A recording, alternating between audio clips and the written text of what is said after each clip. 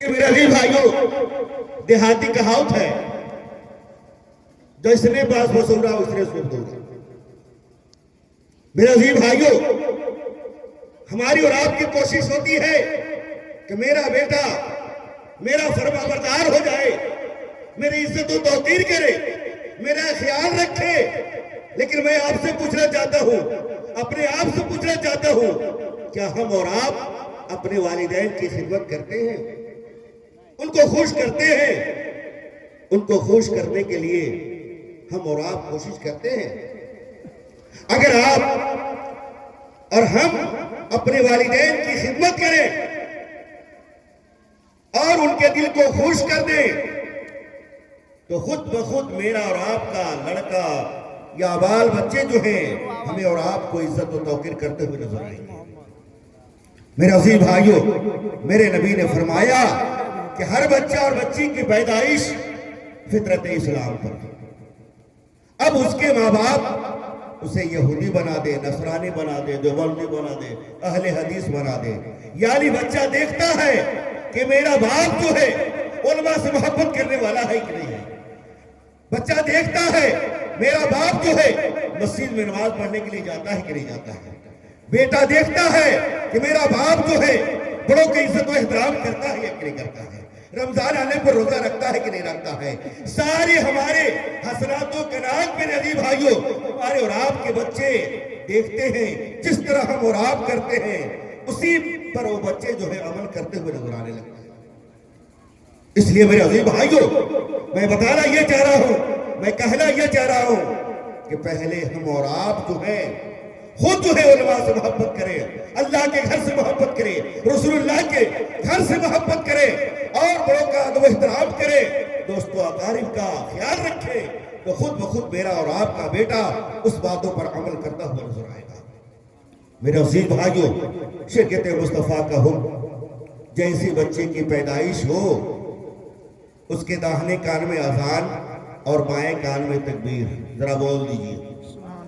لیکن میرے عزیز بھائیوں، آج تو توجہ اس بات پر ہوتی ہے ہمارے اور آپ کے گھروں میں بچوں کی پیدائش ہوئی، اذان ہوئی یا نہیں ہوئی پتہ نہیں، کسی مؤذن کو بھی نہیں بلا سکتے، امام کو بھی نہیں بلا۔ کیوں؟ اس لیے سوچتے ہیں کہ اگر میں امام کو بلاؤں گا، مؤذن کو بلاؤں گا، اذان دلواؤں گا تو کچھ تحفہ تحائف دینا پڑے گا۔ ارے مت دینا بھائی، لیکن بچہ جو ہے اس دنیا میں آیا، آنے کے بعد روتے ہوئے آتا ہے، جیسے اس کے کان میں داہنے کان میں اذان اور بائیں کان میں تکبیر دیتی جاتی ہے، بچہ روتا ہوا خاموش ہو جاتا ہے اور اللہ کی بارگاہ میں عریضہ پیش کرتا ہے، اے الہ العالمین، تیرا لاکھ لاکھ شکر ہے کہ میں مسلمان کے گھر میں پیدا ہوا، میں مسلمان کے گھر میں پیدا ہوا۔ اب میرے عزیز بھائیوں، اس کے بعد اب تو کم ہو گیا، اب کہیں سننے کو نہیں ملتا، نہیں تو میرے عزیز بھائی لوگ چھٹی کرتے تھے۔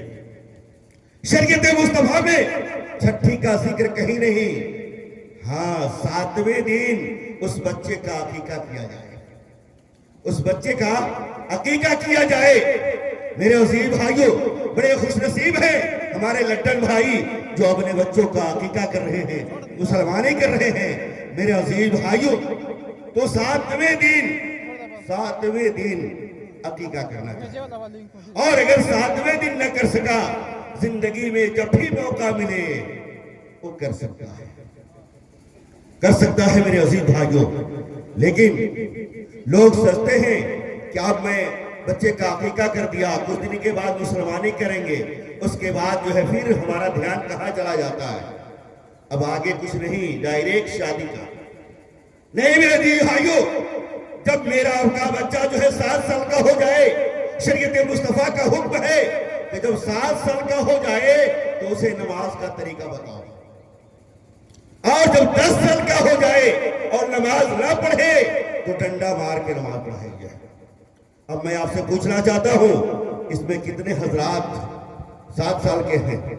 میرے عزیز بھائیوں، جو مسجد سے آتے ہیں اللہ کا شکر ہے، جو نہیں آتے ہیں وہ اپنے آپ کو تصور کرے کہ ہم 7 سال کے ہیں کہ 10 سال کے ہیں۔ میرے عزیز بھائیوں، شاعر کہتا ہے کر جوانی میں عبادت کاہلی اچھی نہیں، کر جوانی میں عبادت کاہلی اچھی نہیں، گر بڑھاپا آ گیا تو بات کچھ بن پڑتی نہیں، اور قبر میں تو اکیلا ہی جائے گا، قبر میں تو اکیلا ہی جائے گا، ہاں مگر اعمال ساتھ لیتا جائے گا۔ اس لیے میرے بھائی میں کہنا یہ چاہ رہا ہوں، میں بتانا یہ چاہ رہا ہوں کہ آپ اپنے بچوں کو بچپن ہی سے جو ہے اچھی تربیت دیجیے، آپ بھی مسجد کو جائیے، اسے بھی لے کر جائیے، آپ بھی علماء سے محبت کیجیے۔ جب آپ کا بیٹا دیکھے گا کہ میرا باپ جو ہے علماء سے محبت کرنے والا ہے، امام سے محبت کرنے والا ہے، مؤذن سے محبت کرنے والا ہے، بڑوں کا احترام کرنے والا ہے، تو ہمارا اور آپ کا بیٹا خود بخود جو ہے علماء کو ادب و احترام کرتے ہوئے نظر آئے گا۔ میرے عزیز بھائیوں، یہ نسبت کی بات ہے۔ ایک حدیث پاک مجھے یاد آ گیا، جانتے ہیں میرے عزیز بھائیوں، غور کیجئے گا۔ میں کہا ہوں کہ جس نے بانس بسورا اس نے سب دورا، جیسا باپ ہوگا میرے عزیز بھائیوں بیٹا بھی اسی سانچے میں ڈھلتا ہوا نظر آ جائے گا۔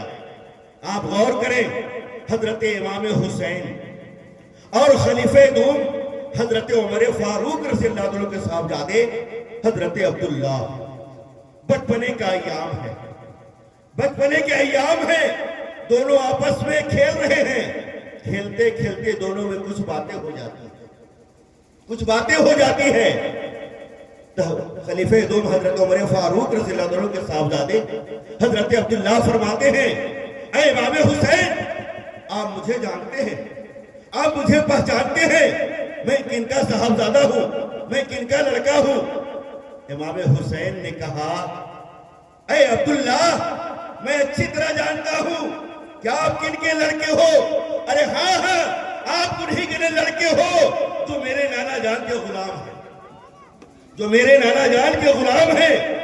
اتنا سننا تھا کہ حضرت عبداللہ کی آنکھوں میں آنسو آ گئے اور روتے ہوئے بارگاہ امیر المومنین حضرت عمر فاروق کی بارگاہ میں پہنچے، پوچھتے ہیں، حضرت عمر فاروق بیٹا کیا ہوا، تمہاری آنکھوں میں آنسو کیسا، کیوں رو رہے ہو، کیا بات ہو گئی؟ حضرت عبداللہ فرماتے ہیں، ابا حضور، اگر آپ سن لیں گے نا آپ کے بھی آنکھوں میں آنسو آ جائیں گے کہ بتاؤ بیٹا کیا ہوا؟ کہا، ابا حضور، میں اور امام حسین ایک ساتھ کھیل رہے تھے، کھیلتے کھیلتے ہم لوگوں میں کچھ باتیں ہو جاتی ہیں، میں نے کہا، اے امام حسین، آپ مجھے پہچانتے ہیں، میں کن کا لڑکا ہوں، میں کن کا صاحبزادہ ہوں؟ تو امام حسین نے کہا کہ ہاں ہاں میں جانتا ہوں کہ آپ انہی کے لڑکے ہو جو میرا نانا جان کے غلام ہیں۔ اتنا سننا تھا، خلیفہ دوم حضرت عمر فاروق رضی اللہ عنہ فرماتے ہیں، اے بیٹے عبداللہ، کیا واقعی امام حسین نے ایسا کہا؟ کیا واقعی انہوں نے ایسا کہا ہے؟ کہا کہ ہاں حضور کہا ہے، کہ چلو ان سے پوچھ لیتے ہیں۔ پھر بارگاہ امام حسین میں امیر المومنین حضرت عمر فاروق اور حضرت عبداللہ دونوں پہنچے۔ خلیفہ دوم حضرت عمر فاروق فرماتے ہیں، اے امام حسین، کیا میرے بیٹے عبداللہ کو آپ نے ایسا ایسا لفظ کہا ہے؟ آپ نے جو لفظ کہا ہے کیا اسے کسی کاغذ کے ٹکڑے پر آپ اسے لکھ سکتے ہیں؟ امام حسین نے کہا، اے امیر المومنین، ارے میں اس خاندان کا پروردہ ہوں، میں ان کے گود میں پلا ہوں جہاں سے اسلام پھیلا ہے، بانی اسلام کے گودوں میں میں پروان چڑھا ہوں۔ اے امیر المومنین، میں جو بولتا ہوں وہ لکھتا بھی ہوں، میں جو بولتا ہوں وہ لکھتا بھی ہوں۔ امام حسین کسی ٹکڑے پر لکھ کر دے دیتے ہیں۔ اس کے بعد جانتے ہیں خلیفہ دوم حضرت عمر فاروق کیا کرتے ہیں؟ اس ٹکڑے کو ہونٹوں سے لگاتے ہیں، آنکھوں پر رکھتے ہیں، سر پہ رکھتے ہیں اور اپنے بیٹے عبداللہ سے فرماتے ہیں، اے میرے بیٹے عبداللہ، سن لو، میں نے نمازیں پڑھی ہے، روزہ رکھا ہے، زکوٰۃ و خیرات کیے ہیں، حج کیے ہیں، عمرہ کیے ہیں، ان پر بھروسہ نہیں، لیکن اے میرے بیٹے عبداللہ، جب میرا انتقال ہو جائے مجھے جب غسل دے دینا، کفن پہنانے لگنا، اس کاغذ کے ٹکڑے کو کفن میں رکھ دینا، جب میرے آقا میرے قبر میں تشریف لائیں گے اور اس ٹکڑے کو دیکھیں گے تو میری نجات ضرور ہو جائے گی، سبحان اللہ، میری نجات ضرور ہو جائے گی۔ میرے عزیز بھائیوں، اس کے بعد اس سے پتہ آپ کو کیا چلا، معلوم کیا ہوا کہ میرے عزیز بھائیوں، غلام رسول ہونا سب کی بس کی بات نہیں۔ شاعر کہتا ہے ابھی جو ہے میرے عزیز بھائیوں، یہ معراج کا مہینہ ہم سے اور آپ سے کل رخصت ہوا ہے۔ شاعر کہتا ہے عرش پہ جانا جا کر آنا سب کے بس کی بات نہیں، عرش پہ جانا جا کر آنا سب کی بس کی بات نہیں، ارے پتھر سے کلمہ پڑھوانا سب کے بس کی بات نہیں۔ اس لیے میرے عزیز بھائیوں، میں کہنا یہ چاہ رہا ہوں، میں بتانا یہ چاہ رہا ہوں کہ اگر آپ تم دنیا میں کامیابی و کامرانی ہونا چاہتے ہو، اپنے بزنس میں برکتیں چاہتے ہو، گھر میں برکتیں چاہتے ہو، تو اپنے نبی سے محبت کرو۔ انشاءاللہ جب تک دنیا میں رہو گے یہاں بھی کامیاب ہو جاؤ گے، اور قبر میں جاؤ گے وہاں بھی بخشے جاؤ گے۔ شاعر کہتا ہے طریقے مصطفیٰ کا چھوڑنا ہے وجہ بربادی، طریقے مصطفیٰ کا چھوڑنا ہے وجہ بربادی، اسی سے قوم دنیا میں ہوئی مقدار اپنی، نہ سنبھلو گے تو مٹ جاؤ گے ہندی مسلمانوں، تمہاری داستان نہ ہوگی داستان میں۔ اس لیے میرے عزیز بھائیوں، سب سے اہم پیغام یہ ہے کہ ہم اور آپ جو ہیں سنت رسول کے مطابق زندگی گزاریں۔ جب ہم اور آپ سنت رسول کے مطابق زندگی گزاریں گے، ہمارا اور آپ کا مشغلہ جو ہے سنت رسول کے مطابق جب ہو جائے گا تو خود بخود میرے اور آپ کے لڑکے جو ہے اسی سانچے میں ڈھلتے ہوئے نظر آ جائیں گے۔ اس لیے تو کہا جاتا ہے جس نے باس بسورا اس نے تھولورا، اگر ہم اور آپ سدھر جائیں گے تو ہماری اور آپ کی اولادیں بھی انشاءاللہ سدھرتی ہوئی نظر آ جائیں گی۔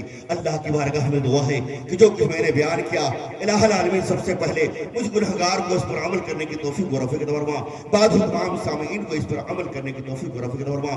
استغفر اللہ ربی من کل ذنب واتوب الیہ، لا الہ الا اللہ محمد رسول اللہ صلی اللہ علیہ وسلم۔ طوفان نوح لانے سے چشم کیا فائدہ، اگر اثر کرے تو کتنا ہی کافی ہے۔ السلام علیکم ورحمۃ اللہ وبرکاتہ۔